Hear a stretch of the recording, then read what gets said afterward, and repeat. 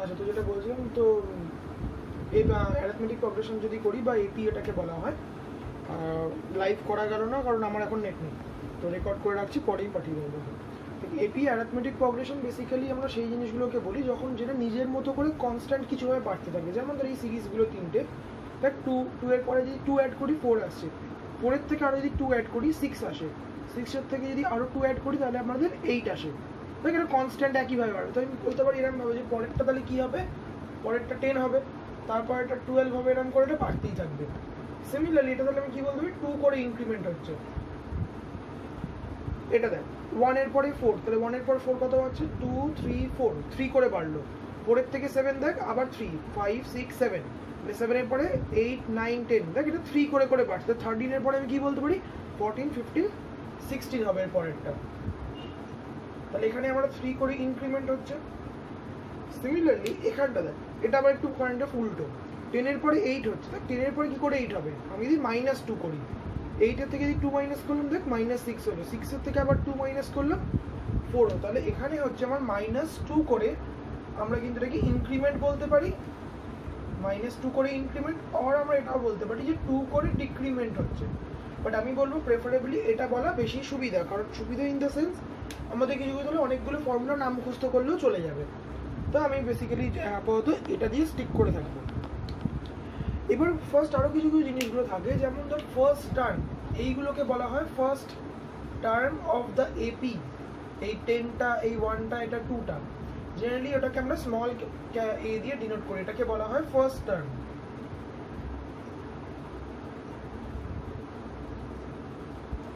আর কত করে বাড়ছে এটাকে বলা হচ্ছে কমন ডিফারেন্স, যে কত দুটোর মধ্যে ডিফারেন্স কত, দুটোর মধ্যে ডিফারেন্স কত, তো কমন ডিফারেন্স এটাকে বলে ডি,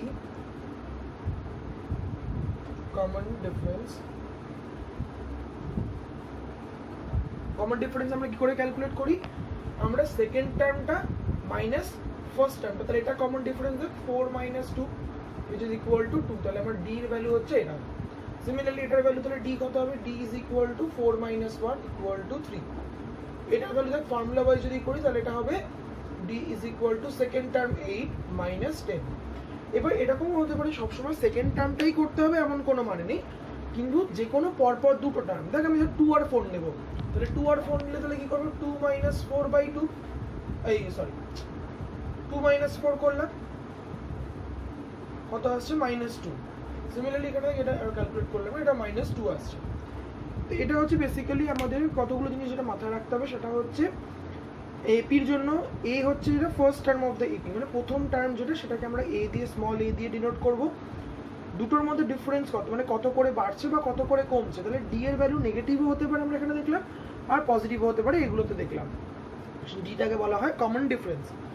এবার তুই ধর এক্সারসাইজে চলে আসিস, এক্সারসাইজ 9.1 যেটা আছে ওটা বেসিক্যালি আমাদের এই জিনিসটার উপরই ফোকাস করা।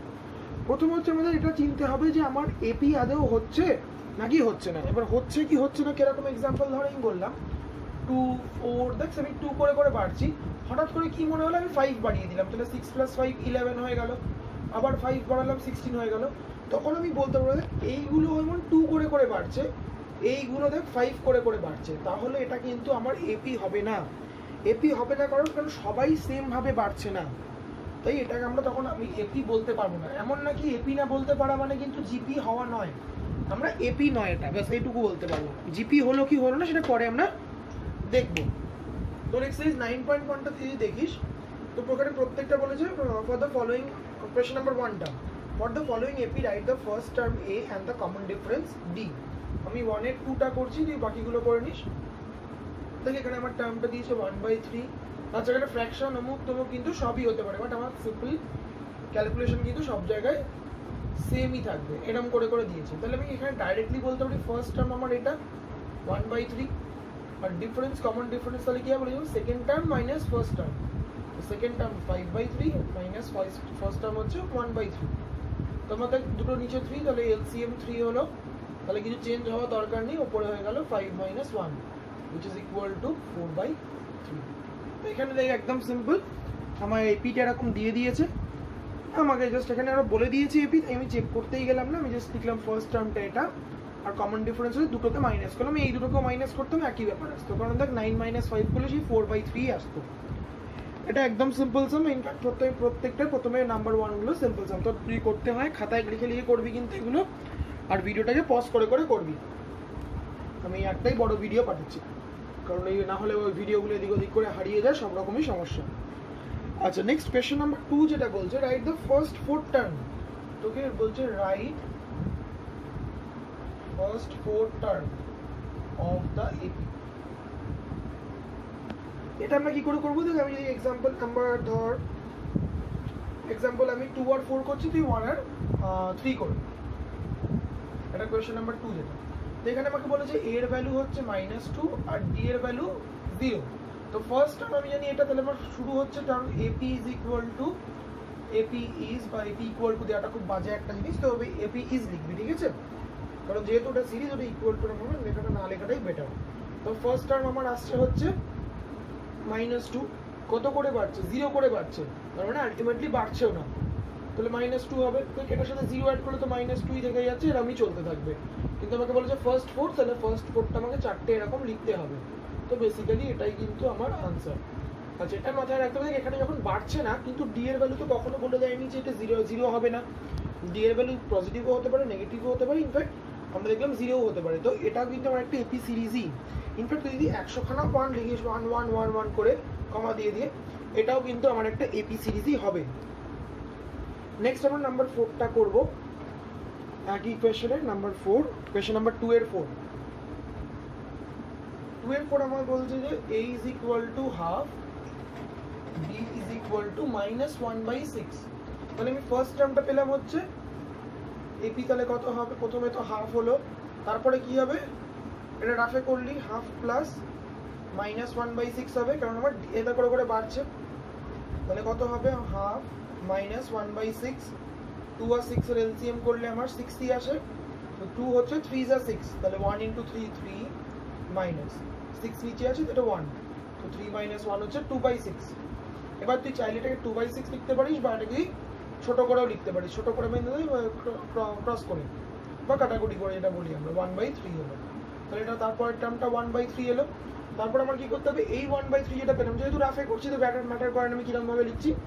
এটার সঙ্গে আবার 1/6 হয়ে গেল, কারণ আমি দেখলাম যে এটা একটা করলাম এরকম করে মাইনাসই আসছে। তো 3 আর 6 এর এলসিএম করলে দেখ আবার 6ই আসবে। 6 যখন হলো, তাহলে 3 2 তাহলে 2 - 1, এটা আসবে 1/6, তাহলে 1/6 হয়ে গেল। নেক্সট কি হবে? 1/6 মাইনাস 1/6, তাহলে আলটিমেটলি কত আসছে? দেখ এলসিএম 6ই হলো। এটা -1 -1, তাহলে -1 - 1, তাহলে হবে -2/6। তো -2/6 কে আমরা কি লিখতে পারি? 1/3 লিখতে পারি। তো 1/3 পেলাম, কিন্তু with a negative sign. Next আমার কি হচ্ছে? কি এলো? লাস্ট অব্দি 1/3 এলো, মাইনাস আবার 1/6 করবো। আচ্ছা, 4টে টার্ম তো পেয়ে গেছি, তাহলে এটা করতে লাগবে না, যেহেতু 4টে টার্ম আমাকে বলেছে, 4টে টার্ম বার করে ফেললাম। ইনফ্যাক্ট এরকম করে করে আমরা যদি সারাদিন করতে থাকি, সারাদিনে আমরা 100 1000 লাখখানা টার্ম পেতে থাকবো, এটা কোনোদিন শেষ হবে না। আচ্ছা, এখানে আরেকটা জিনিস বলে রাখি, এপি দুরকম বলতে পারিস, একটা হচ্ছে ইনফাইনাইট আর একটা হচ্ছে ফাইনাইট। ইনফাইনাইট আর ফাইনাইট দেখ নামের মধ্যেই বলছে। ইনফাইনাইট মানে কোনোদিন শেষ হবেই না, এটা যেমন চলতে থাকলে চলতেই থাকবে, সেটা হচ্ছে ইনফাইনাইট এপি।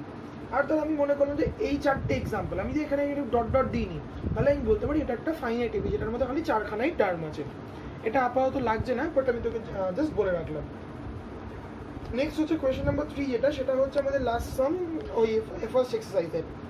এটা করে এই ভিডিওটা অফ করবো, তারপর আরেকটা দিয়ে দিই, যদি আরেকটা পারি আরেকটা বানিয়ে দেবো তোকে আমি, পাঠাবো ওটা আজকেও পাঠাতে পারি, বা পরে হয়তো পাঠালাম, একই ব্যাপার। এনিওয়েজ, তো কোয়েশ্চেন নাম্বার 3 বলছে write the which of the following list of number form an epic। কোয়েশ্চেনটা বই থেকে পড়িস, আমার ভিডিওটা পড়তে পড়তে না হলে বুঝতে পারবি না, আমি গিয়ে নিজের মতো বলে যাবো না হলে। if they form an AP, find the common difference and write the next 3 term।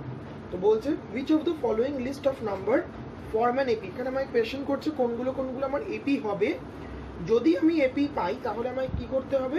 Common difference মানে ডিটা বার করতে হবে, নেক্সট 3খানা টার্ম লিখতে হবে। এখানে আমি কয়েকটা করছি, আর কয়েকটা তুই নিজে করিস, ঠিক আছে?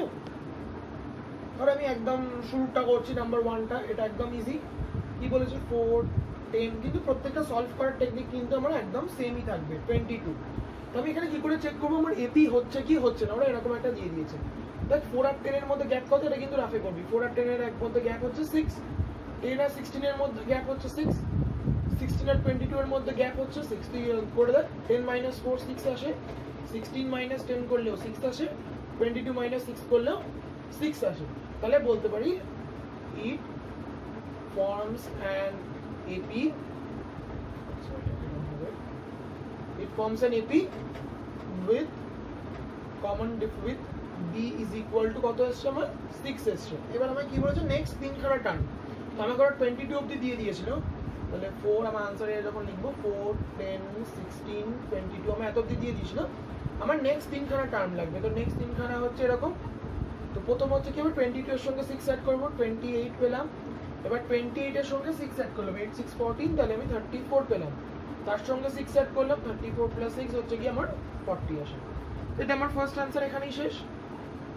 নেক্সট তিনটে টার্মও পেয়ে গেলাম আর ডি এর ভ্যালুও পেয়ে গেলাম।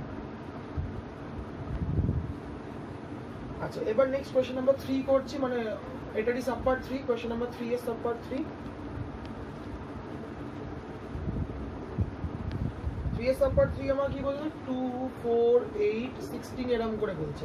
তাহলে 2 আর 4 এর মধ্যে গ্যাপ কত, 4 - 2 2, কিন্তু 8 - 4 কত হয় 4। দেখ আমি এখানেই বুঝে যাচ্ছি একটার গ্যাপ 2 একটার গ্যাপ 4, আমি এর পরে আর করতেই যাব না। তো এখানে আমি ডাইরেক্টলি বলতে পারবো যে it does not form an AP, এটাই আমার আনসার শেষ। তোমরা দু রকমই দেখলাম যে একটা এপি হচ্ছে আর একটা এপি হচ্ছে না। আচ্ছা, এখানে একটা অনেক রকম আছে, আমি নাম্বার 6টা করছি, এটা হয়তো দেখে মনে হবে একটু অন্যরকম। কোয়েশ্চেন নাম্বার 6টা বই থেকে দেখিস। নাম্বার 6 কি বলছে 1 স্কয়ার 3 স্কয়ার 5 স্কয়ার 7 স্কয়ার এরকম করে করে বলছে। এখানে একটা জিনিস দেখ, 1 এর সঙ্গে 3 এর গ্যাপ কিন্তু 2, 3 এর সঙ্গে 5 এর গ্যাপ 2, কিন্তু আমার কিন্তু এখানে 1 3 5 নেই, আমার স্কয়ার গুলো আছে। তাহলে এর আমাকে সিরিজটা লিখে দিতে হবে। তাহলে 1 স্কয়ার 1, 3 স্কয়ার কিন্তু 9, 5 স্কয়ার 25, 7 স্কয়ার 49, এটা কিন্তু আমার অ্যাকচুয়াল সিরিজটা। এবার এখানে ক্লিয়ারলি বুঝতে পারছিস 1 এর থেকে 9 এর গ্যাপ হচ্ছে 8, কিন্তু এই দুটোর গ্যাপ কত, 9 থেকে 25 এর গ্যাপ হচ্ছে গিয়ে 14 15 16 এর মনে হচ্ছে, হ্যাঁ 16। তো এখানে আমি বুঝতে পারছি ক্লিয়ারলি এটা হচ্ছে আমার এপি সিরিজ হচ্ছে না। তো এখানে আমি বলতে পারবো it does not form an AP. আরেকটা করবো রুট ওভার দিয়ে একটা দেখি, দাঁড়াও 3 এর 8 করতে পারিস। এই কোয়েশ্চেন নাম্বার 3টা খালি করিস, করা এই জন্য দরকার বিকজ তোর এটা এক্সামে কখনোই আসবে না, মানে এক্সারসাইজ 1 যেটা দেখছি সেখানে একটা কোয়েশ্চেনও তোর পরীক্ষায় আসবে না। বাট এই এক্সারসাইজগুলো যদি না ঠিক মতো না জানিস পরে কিন্তু আমাদের করতে বা জিনিসগুলো বুঝতে ঝামেলা হবে, সেই জন্য এটা কিন্তু করাটা দরকার। আচ্ছা, এখানে দেখ একটা দিয়েছে রুট 8 এটা বললাম না, হ্যাঁ তাহলে √2 √8 √18 এরকম করে করে চলছে। দেখ √2 এর থেকে কিছু কমন নিয়ে যেতে পারে, এটা √2ই হলো, কিন্তু √8 যেটা 8 মানে কি 3খানা 2, তাহলে দুটো 2 বাইরে আসতে পারে, বেসিক্যালি যারা 2 √2 হলো। নেক্সট কি হবে 18 কে কি লেখা যায় না 9 × 2, তো 9 মানে কি বেসিক্যালি 3, তো এটা হলো গিয়ে 3 √2, কারণ 18 কে 9 × 2 যদি লিখতে পারি তো 9 মানে কি দুটো 3,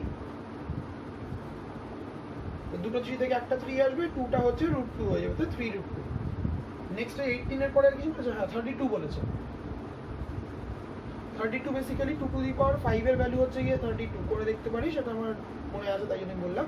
তো বেসিক্যালি 5টা 2, 1 2 3 4 5, তো এখানে এই দুটো মিলে একটা বানাচ্ছে, এই দুটো মিলে একটা বানাচ্ছে, এখানে একটা 2, তো বেসিক্যালি 4টে 2 মানে কি দুটো 2 বেরিয়ে আসবে,